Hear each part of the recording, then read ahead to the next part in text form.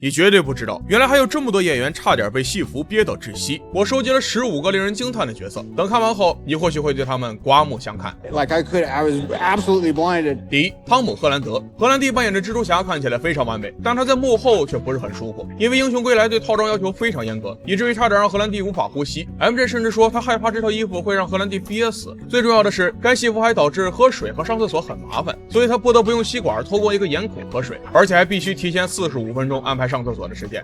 It looks amazing. It feels terrible. 第二，斯嘉丽·约翰逊。黑寡妇在打击坏人时看起来很酷很丝滑，但对于斯嘉丽的幕后来说，情况就完全不同了。其实黑寡妇的服装又紧又热，就像穿着出汗的睡衣，而且当时天气也非常炎热，以至于在拍摄一个场景时，她就开始产生幻觉。工作结束时，她经常要拧掉袜子上的汗。当然，黑寡妇的特技要求也很高，所以时不时就会冲破戏服，这也导致她每隔几天就得换个新的。Let me put you on hold.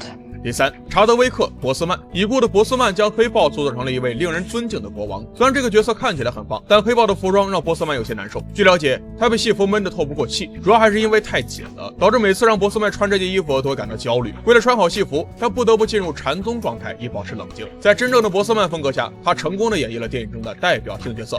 Dick, it's not the end.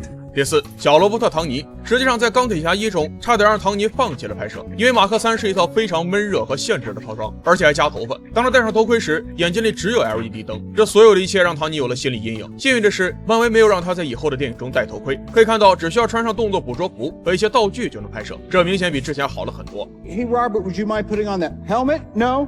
Yes? No? 第五，盖尔加朵。神奇女侠服装虽然看起来很酷，但穿起来并不舒服，主要原因还是太紧了，从而也导致盖尔都喘不过气。他一开始其实没说什么，因为很感激自己得到了这个角色。幸运的是 DC 在后续电影中放松了戏服，这也使得他能够继续带来流畅的战斗。Right before I passed out, they noticed that I was breathing quite heavily. 原来还有这么多演员差点被戏服憋到窒息。第六，保罗·贝坦尼。其实幻视的化妆和穿衣能称得上是最痛苦的过程之一，因为他不得不穿一套盖过头部的紧身衣，这也限制了保罗的听力，以至于化妆师最后不得不在他的耳朵附近戳几个小孔，从而能让他听得更清楚。虽然穿上套装需要花3个半小时，但撕掉只需要30秒。 There are moments of such intense claustrophobia in this thing. 第七，奥斯卡·伊萨克。他为了出演天启，必须得穿上一套精心设计的服装。除了蓝色的妆容，他还不得不带着多种假肢，并穿着高跟鞋，因为这样的身高才能超过1.8米，而且还要穿上一件36斤的戏服，这使得伊萨克很难移动和呼吸。在采访时，他表示经常在镜头外试着大口呼吸，但最糟糕的部分是把戏服取下来，在卸妆的过程中，工作人员要花上几个小时，可想而知演员是有多痛苦。 Apocalypse, that was excruciating. 第八，安妮·海瑟薇。猫女以穿着紧身衣闻名，但是对扮演窃贼的女演员来说，并不是一种舒适的体验。当安妮在《黑暗骑士崛起》扮演这个角色时，她穿着紧身衣度过了一段非常艰难的时光，这对呼吸来说是个挑战。安妮·海瑟薇将其描述为心理恐怖。采访时，她说自己之前在健身房待了10个月，但在拍摄后还是憋得难受。第九，克里斯蒂安·贝尔。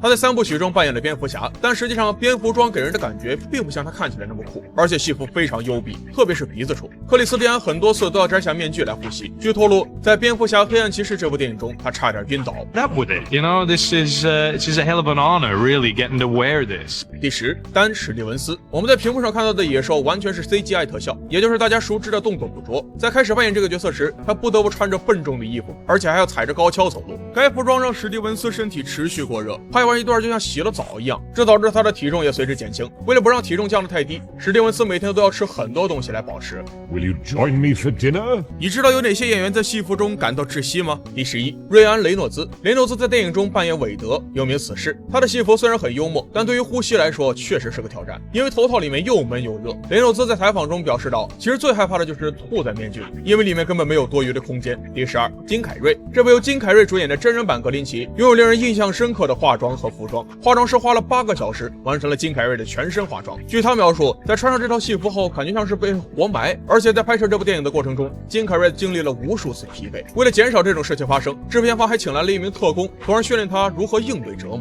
这也使得金凯瑞慢慢的从崩溃中走出来。 And I went back to my trailer and put my leg through the wall, and I told Ron Howard I couldn't do the movie. 第13，塞巴斯蒂安·斯坦。虽然巴基的服装看起来非常酷，但他在采访时说到，电影中的大部分时间里必须都戴着面具，这实际上对呼吸有极大的限制，以至于差点让巴基在镜头中昏倒。而且，漫威在炎热的6、7月拍摄了很多打斗场面，从而导致事情变得更糟糕，所以巴基不得不在镜头外撕下面具大口呼吸。So I gotta know how to breathe, right? 第14，米歇尔·费佛，这是1992年蝙蝠侠归来中的猫女。演员米歇尔也阐述过穿着不太理想，标志性的皮衣对费佛来说是件很麻烦的西服。他说这是自己穿过的最不舒服的衣服，而且面罩贴在脸上会有一种窒息感。为了让服装变得更紧，制片方甚至把它真空密封在米歇尔身上。第15，马格特·罗比，马格特扮演的哈利·奎因是 DC 电影中最受欢迎的角色之一。我们第一次看到他是在2016年的《自杀小队》中，当时哈利穿着一件撕裂的 T 恤和超短裤出现在观众眼前，这瞬间戏份无数。但罗比本人却不喜欢这套衣服，因为他觉得很不适应，而且紧身短裤让他很难吃东西。除此之外 ，T 恤被弄湿后还会不舒服的粘在身上。导演甚至也觉得该戏服不适合马格特。幸运的是，他在后来的电影中摆脱了这些衣服，而且表现得依旧出色。虽然一些角色在服装上面很酷，但我们也没必要羡慕，因为他们的幕后确实困难。所以当你下次在大荧幕上看到一个穿着超棒服装的角色时，要想想他们经历了什么。最后问大家一个问题，你觉得哪个演员的戏服最糟糕呢？